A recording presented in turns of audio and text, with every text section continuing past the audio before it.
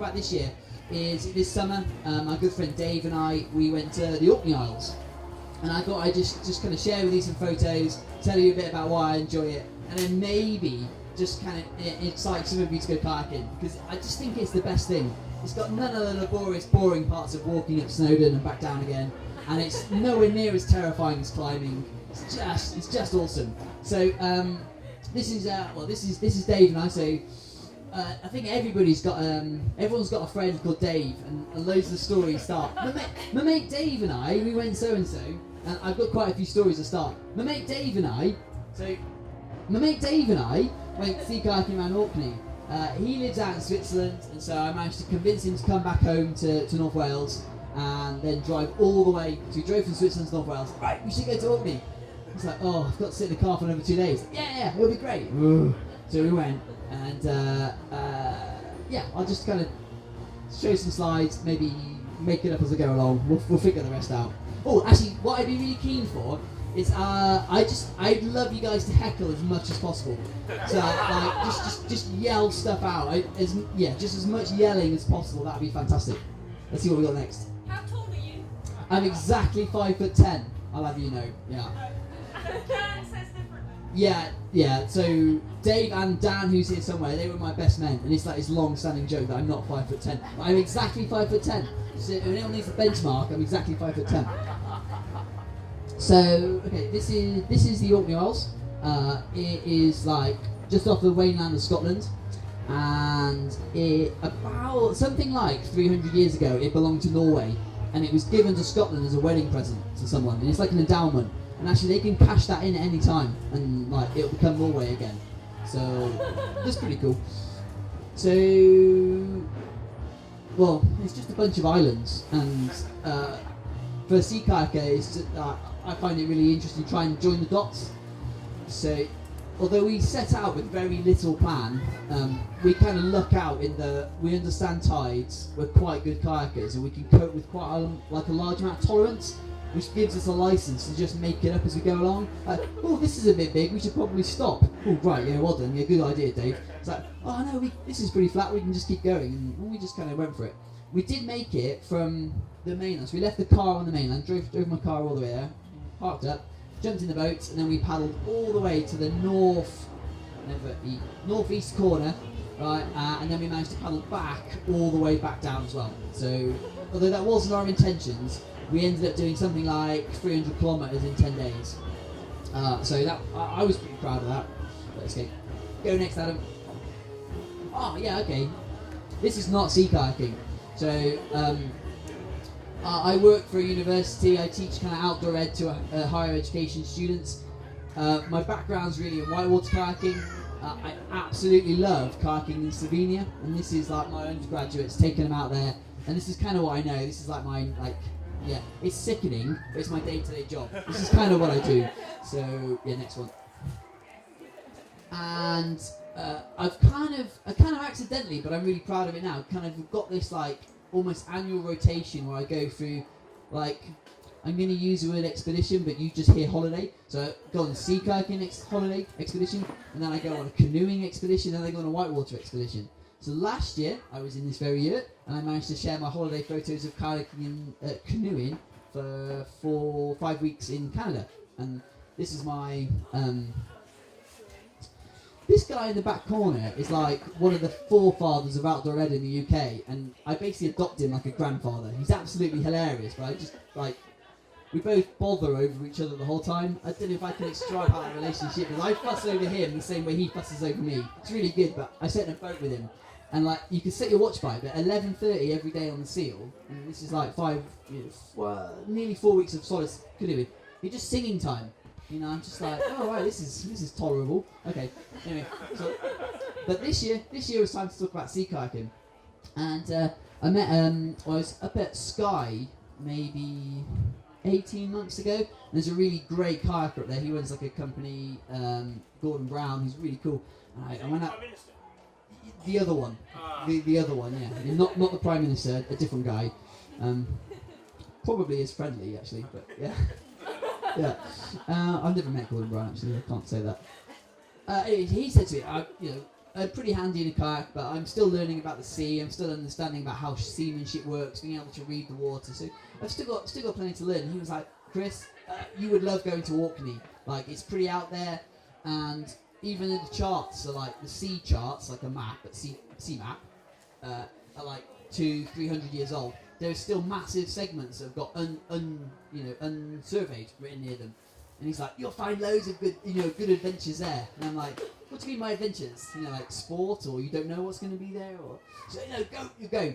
So we went there, and the inspiration for the trip was just like, okay, well, there might be some big rapids, there might not. We'll go when the moon is the fullest, so the tides are the biggest, and give us the most chance of finding something like outrageously big. And we did find quite a few like unmarked tidal races, so like a sea chart should tell you where the big bits are, so you can avoid them. Or if you're a sea kayaker, you go straight into them. And we managed to find some spots where it's just not labelled. It doesn't mean that people haven't been there. It's just like, a bit like Orkney, you'll find some fun. So yeah, found some fun. Next one, I've got no idea what's coming next. Okay, well these are the sea maps I was talking about.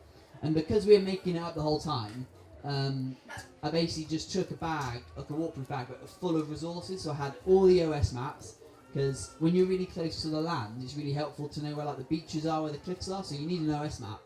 Because you're also on the sea, you need a sea chart, because it's got like these areas that have got nothing on, and they've got like which way the tide goes at which times. So it's like something valuable there. So you have to carry so much stuff, and a guidebook, and you've got to carry a compass and like. Adam's a sea kayaker. Adam, what's them things like a compass? You measure distance with.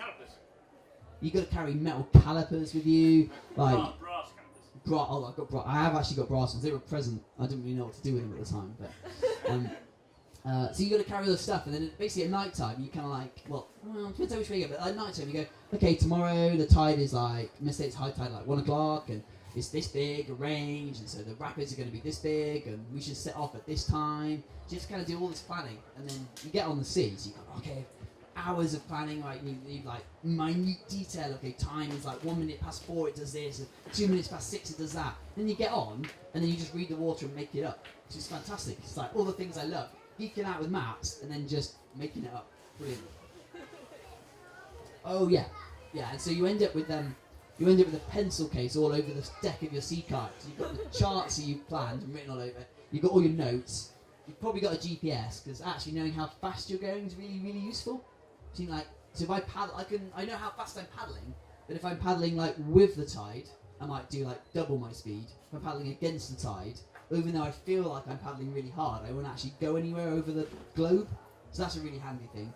So you end up with like stuff everywhere in the middle of the sea. You're like, oh Dave, I think we're in the middle of this big crossing and I don't really know what's going on. So you have to like get the map out, get a big ruler and your calipers and a pencil and try and work out where you are, and then still make it up.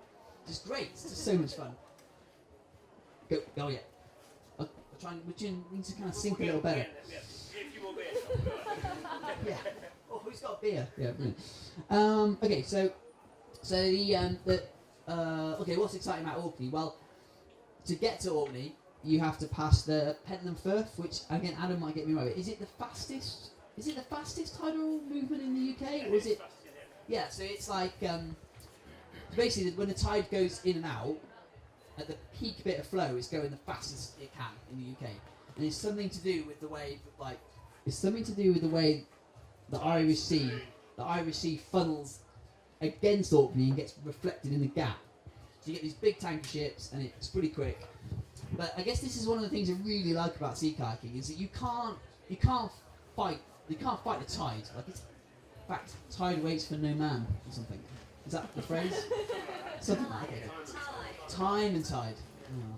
I can't link that with time, but anyway, tide. So anyway, you can't go before the sea's ready for you to go. So like Dave and I, super keen, drove to the ferry terminal at St Gilles Bay, loaded the boats with all the stuff we own, all carried, jumped in the sea kayak, paddled across, forgot the tide did something, had to readjust, got to these islands, and then we stood here, and this is the Pentland Firth ahead of us, and we can kind of like, I can't remember what it was doing, but we had to wait for like an hour, which is the best excuse to, and this is a recurring theme, is painstakingly get out your, in fact, genuine Alpkit brew kit, your coffee grinder, the best beans you found on the way, and carefully grind your beans, boil some water, get your AeroPress out, press some beans, and wait for the whole world to kind of move into a way that you can go kayaking. So Dave and I kind of faffed around here, and then we, you probably can't see it, but, and the chances are the next photo doesn't show it, just because of the statistics. But like we paddled to another island right in the middle of the way, and it's only inhabited by cows, wild cows.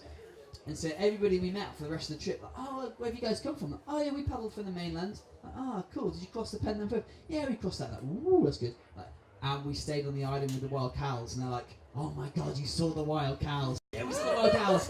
We saw them. And they're like, oh, these are only mythical things we've only ever heard of. What they like normal cows. Right, okay. So really love kayaking, and one of the reasons I really love kayaking is the more I'm quite good at it, so I feel really competent, so that really helps. But there's a great thing about when you're on the water in a boat, when you do something right, you get this crazy feedback from the water. It's very much like skiing. If you like push into a turn really hard on some firm pack, it just carves out amazing. Or if you glide over some powder, it just feels great.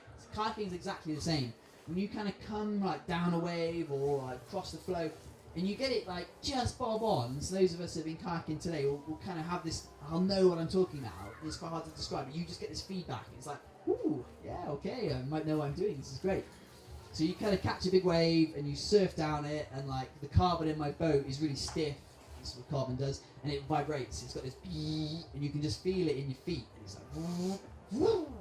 Then you overtake the wave and you turn around and go again, and it's just great. I could spend hours. Well, I regularly spend hours doing this. It's great. Now this is. Do you want to know where this is? Does it matter? Yeah. Okay, this is a place called Little Rackwick. There's a shipwreck underneath it. It's one of the unmarked tidal races, and Rackwick Bay, which is about 3 nautical miles. Check me out with my sea kayaking terms. Nautical miles, not real miles. Is just up the way. Now Rackwick is broadly famous with climbers because that's where you typically stay to climb the Old Man Ahoy. So if you climb the Old Man Ahoy, the book you sign to say, yeah, I'm a big deal, I climb the Old Man Ahoy, is in the Boffey at Rackwick. If you go down, Little Rackwick, great tidal race. Yeah, really good work. Yeah, great. Great, so we're talking about the West Coast now. So West Coast is obviously a bit more exposed to the Atlantic. If you look out that way, it's like, Greenland or America or Newfoundland or something like it's pretty vast.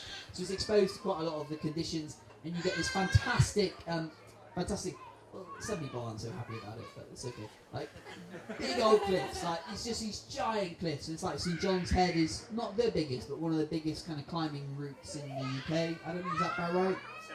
People used to bivvy on it, but everyone's now faster. Yeah, okay. Good, right, okay. Figure that out, yeah. But you go along, and it's just, so you've got the west coast of Hoy, which is like that west coast island. Oh, how long have I got left? Ooh, nuts. You better go a bit faster. Anyway, west coast, really big. You get to the Old Man Ahoy. The Old Man Ahoy is really famous in climbers because you can climb it, because you can walk there. If you go a bit further, this isn't it. If you go further up north, actually as a sea kayaker, there are much more impressive sea cliffs because you can paddle around them. So rather than like looking and go, oh, the scenery is really nice here, you can go, oh my god, I'm in between a sea cliff, it's amazing. And you can paddle around and the swell bounces off and it's kind of really sporty.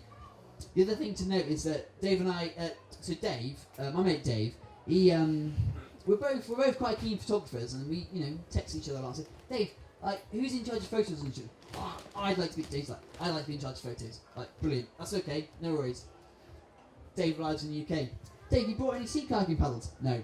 Oh, how are you going to go kayaking? Oh, I thought you'd have some spares. No, I haven't got any spares. Dave, you brought your camera? No, I haven't got my camera. So we only relied on like my iPhone photos, which means all the photos are of Dave, or the front of my sea kayak, and there are basically no good photos of the whole trip. Why did I tell you that? Oh, because all the gnarly stuff that I ran in between all the sea cliffs, no evidence of it. So I'm just making it up. These aren't even my photos. Here's another photo of Dave. This is, how much longer? I haven't got long. This is my genuine Alpine brew kit, my AeroPress, and some grind coffee beans. And you saw in a previous photo that sea kayaks are really long and narrow. And so, like, how you pack your sea kayak is reasonably important for weight distribution, and there's some technicality in it, but it's really boring. But the very ends are very pointy, and you can fit coffee beans right in there, and they're perfect. 'Cause they're very light. They fill up lots of bulk, and they're perfect. So I'd recommend that. Okay, so potentially one of my favourite things to do in the whole world is wake up in a tent and know that I've got nothing to do but go kayaking all day, and then like gonna camp again. That happens to be the island with the wild cows. So you guys can all say you saw the island with the wild cows. Is there a photo of the wild cow? No, they were nowhere near us. I'm not even sure there were cows there, Adam, to tell you the truth. And it's not even my slides. Actually, so Adam, I don't know if Dan's here. No, he's not yet. Okay, so Adam, Dan, and I did think about just like impersonating each other. So Adam could talk about my slides, I could talk about Dan's slides, and vice versa. But I am the real Chris, and these are my holiday photos. Now, I was gonna.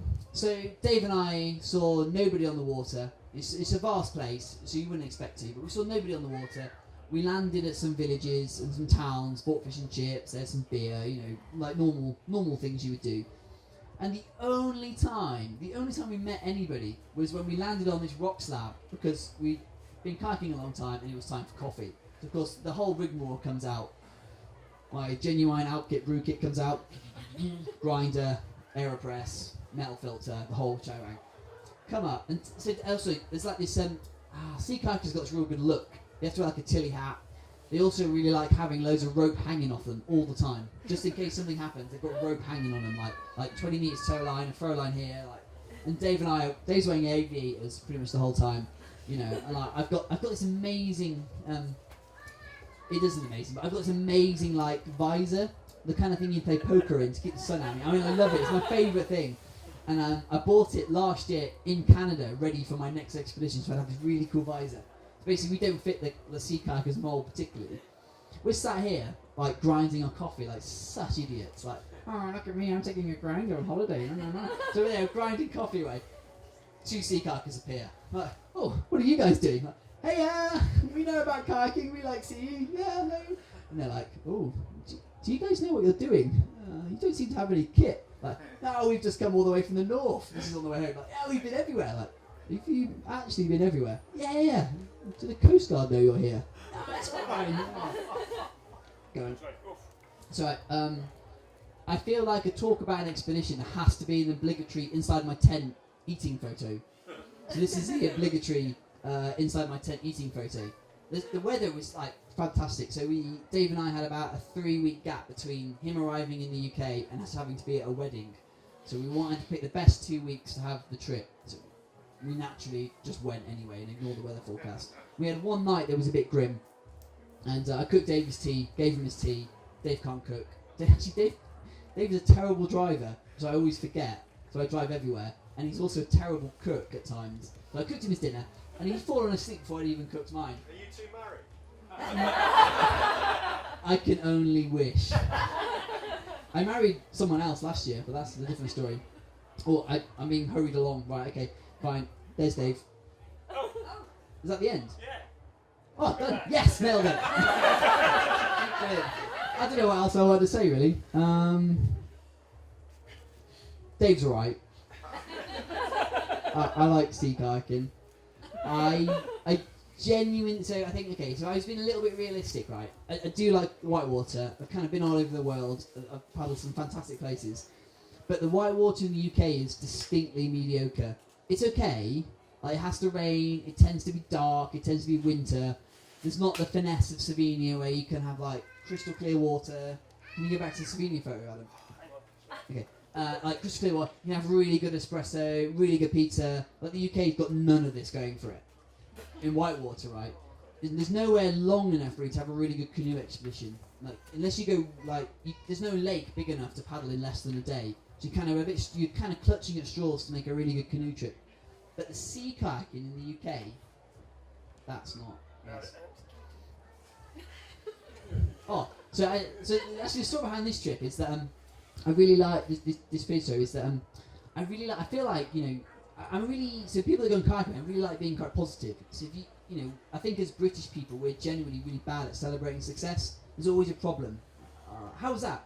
well, it could be better, rather than like, no, I did it, it was great. So, we're going back. Oh no, we normally to gin photo. Go back to the gin photo. So I'm super keen. I was too fast. Okay, so I particularly early on in the sea kayaking trips, the sea kayaks absorb huge amounts. They're giant. You can fit loads of junk in them, like loads and loads of really unnecessary stuff, like gin in a tin, or a Nalgene full of like really good wine from actually Slovenia, as happens. It's all about packing. Yeah, back to the souvenirs. Yeah, this is yeah. So yeah, I like to pack little treats. The treats get less heavy, or lighter actually, as the trip goes on. So the first night, gin in a tin, brilliant. Second night, a quarter of wine. Okay, next night, quarter of wine. By the last night, it's like a Freddo, like a chocolate taffy Freddo. It's like, yes, Dave, we got Freddos. He's like, oh, all right. Yeah, Freddos. So yeah, I'm done. Thanks, guys.